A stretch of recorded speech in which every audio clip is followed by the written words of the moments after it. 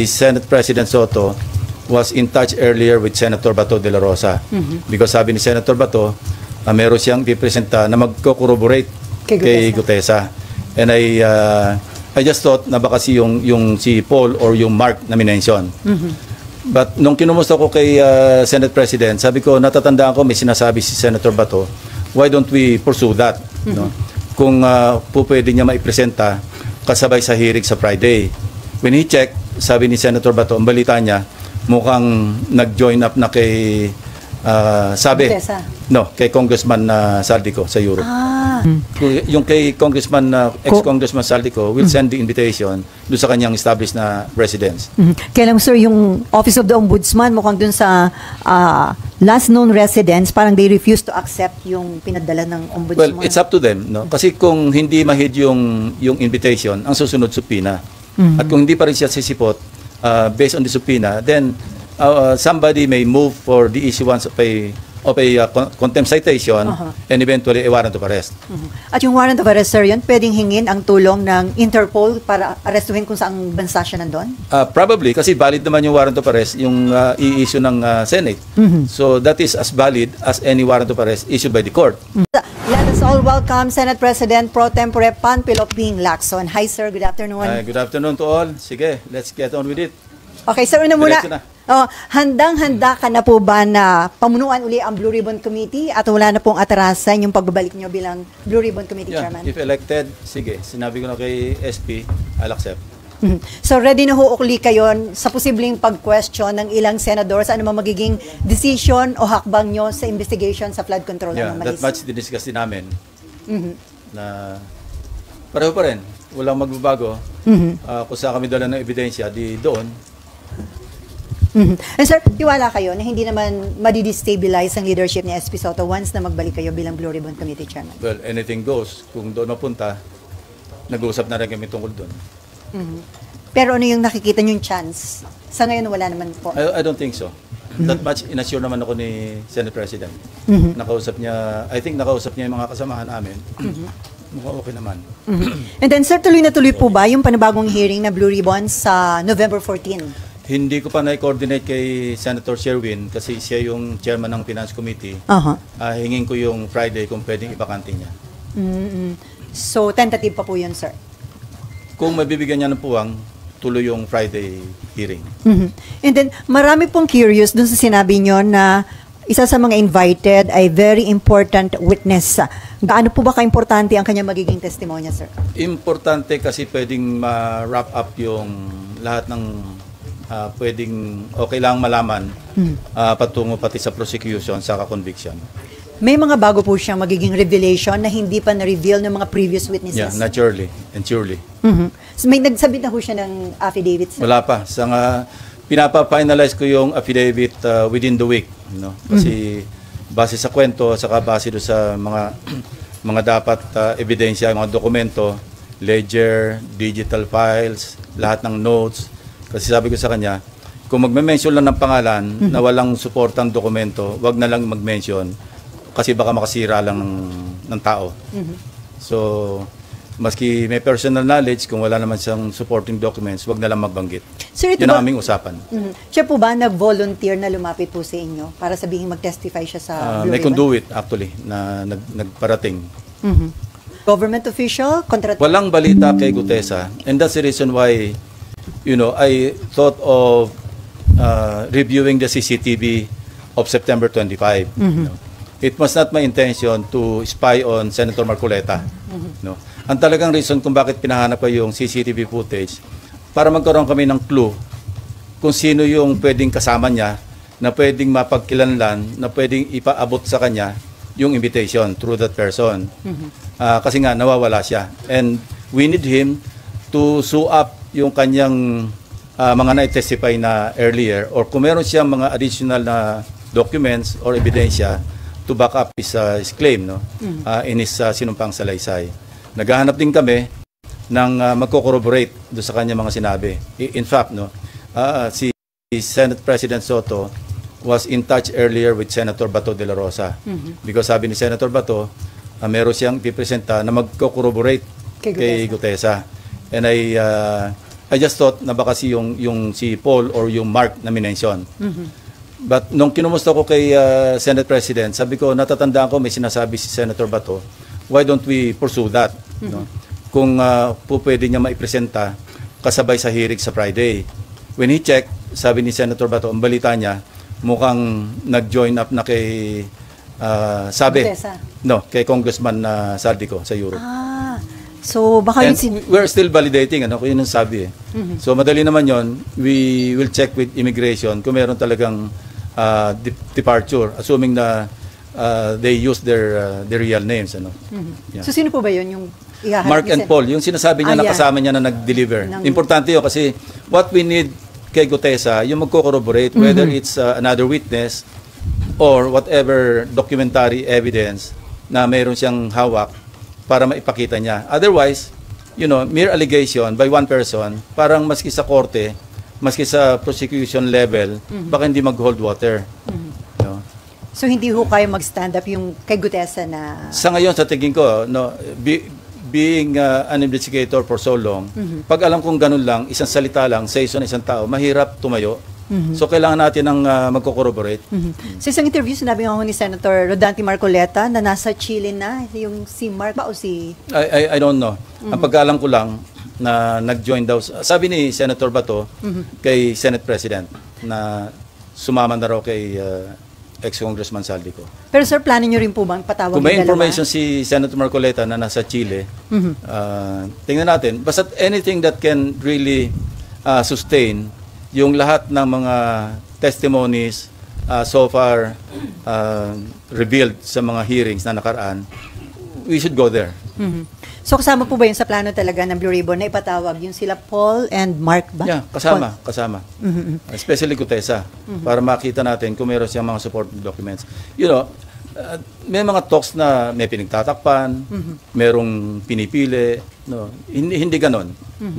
Maski sa pag nag-resume ng hearings, walang magbabago doon sa naunang direction ko noon bilang chairman na where the evidence leads us, we'll go there.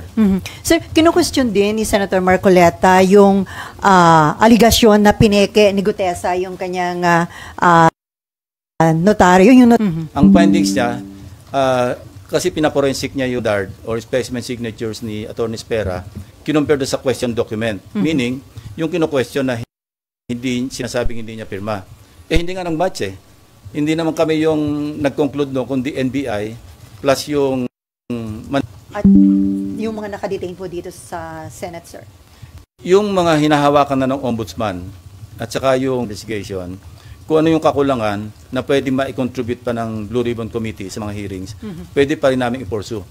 Pero kung repetitive na at naipadala na, kasi I remember when I gave plus drives kay Secretary Vince Dizon.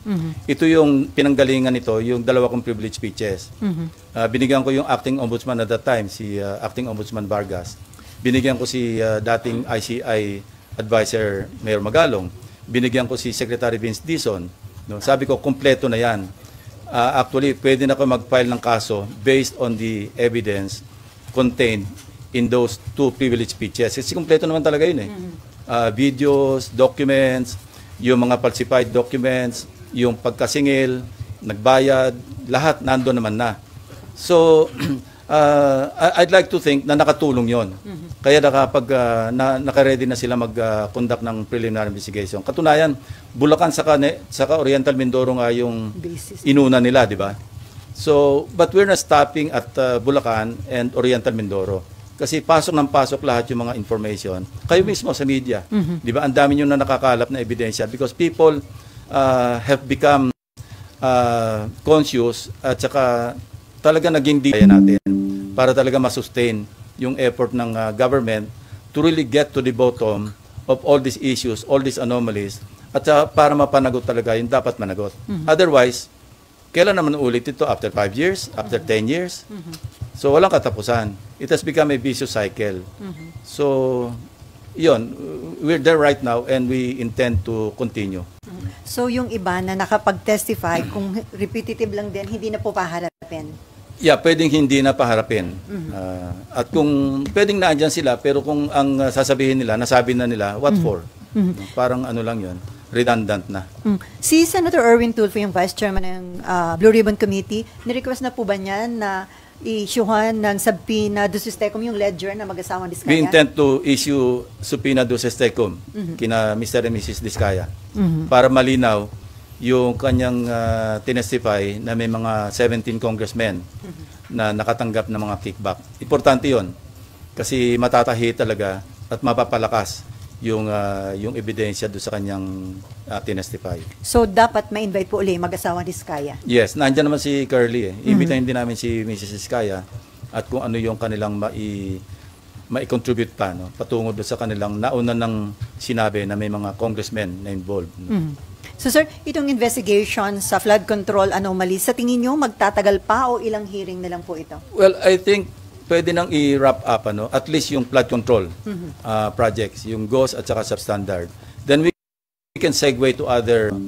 The last time we met with the SP and I think Senator Kiko and Senator Bam, meron kami kausap who offered mga civilian na who offered to help us scrutinize yung budget.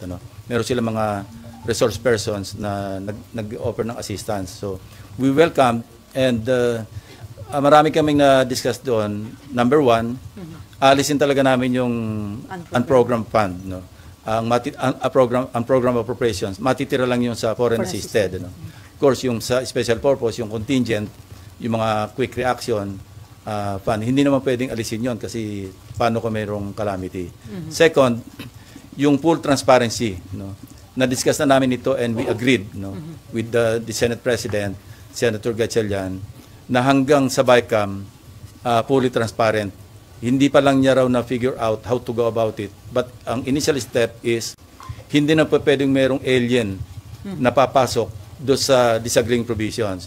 We will limit, for easier monitoring pati, we'll just limit ourselves to putting up a matrix o kaya juxtapose lang yung House version against the Senate version, and we will confine or limit ourselves to synchronize, to reconcile the disagreeing provisions. Hindi na po pwede yung wala naman sa House version, wala naman sa Senate version, papasukan natin ng kung anong version. Wala na yon. Kasi that's the real intent or purpose of the bicameral conference, especially sa budget. Reconcile the disagreeing provisions. So at least along that line, nagkakasundo kami, and that's a good step para talaga maging transparent yung pagpasa natin ng budget all the way to the BICAM, all the way to the enrolled bill.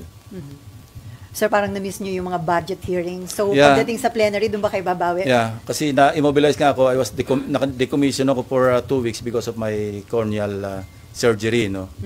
Kaya, but sabi ko sa mga staff, bawi na lang ako sa plenary. So, we're preparing for the plenary debates and I hope I can still contribute my worth sa pagpasa ng budget. Sir, balikan ko lang yung sa hearing. Invited na po ba sa next hearing si former Congressman Saldico and former House Speaker Martin Romualdez? Although yung kay former Speaker, although we will invite him through Speaker Boji D, wala naman talagang direct na pag-implicate sa kanya except yung statement ni Gutesa, but we'll give him the opportunity to respond. But again, in the observance of interparliamentary courtesy, kukourse namin invitation sa kanya through the Speaker. Yung kay Congressman, ex-Congressman Saldico will send the invitation doon sa kanyang established na residence. Kaya lang sir, yung Office of the Ombudsman, mukhang doon sa last known residence, parang they refuse to accept yung pinadala ng Ombudsman. Well, it's up to them. No? Kasi kung hindi ma-hit yung invitation, ang susunod subpoena. At kung hindi pa rin siya sisipot, based on the subpoena, then somebody may move for the issuance of a contempt citation and eventually a warrant of arrest. At yung warrant of arrest, sir, yun, pwedeng hingin ang tulong ng Interpol para arrestuhin kung saang bansa siya nandun? Probably, kasi valid naman yung warrant of arrest, yung i-issue ng Senate. So that is as valid as any warrant of arrest issued by the court. I don't know, I'm not sure. But we will try. Sir, may info daw kung sisipot si former Speaker Romualdez sa hearing ng Senate. May advance info kayo, sir?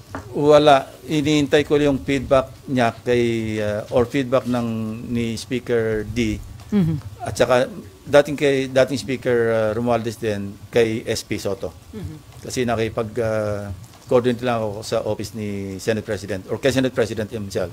Sabi niya mukhang magkakausap yata sila this week. So sabi ko, pakitanong mo lang sa kanya kung gusto niya magkaroon ng opportunity because this happened before. Ako yung chairman ng public order na mention yung pangalan ni Congressman Veloso, di ba? And they requested me to be given the opportunity to make their manifestation and I gave them that opportunity. So if you remember, yung mga naandito previous Congress na yon, di ba pinagsalita namin si Congressman Veloso, si Ching Veloso. So pwede niyang gawin yun. Ano? At kung gusto niya sagutin yung mga allegation, in fact, we're thinking of sending subpoena do Tecum do sa contractor na naggagawa ng renovation noong bahay sa 42 McKinley Road. Ano? At saka yung security agency na naggugwardya ron. So, kung meron silang logbook, ipapadala namin yung logbook dito to find out if indeed, between the period December 2024 hanggang August 2025, I believe yun yung period na sinasabi ni Gutesa na nagde-deliver sila ng pera doon sa 42 McKinley Road. At kung meron sa logbook na may mga pumasok talaga mga sasakyan, mga vans or convoy of vehicles, then that's a strong supporting document to buttress yung testimony ni Gutesa, even without Gutesa coming back to testify, I think. Because remember, yung kanyang sinumpang salaysay na naging questionable o forged yung notaryo, that's invalid as far as yung kanyang sinumpang salaysay kung gagamitin ito sa other sa prosecution. But as far as the Blue Ribbon, yung kanyang sinumpang salaysay as read doon sa kanyang sinumpang salaysay na written, valid yun because he was administered this oath and ang presumption is totoo lahat yung sinabi niya sa Blue Ribbon hearing noong September 25.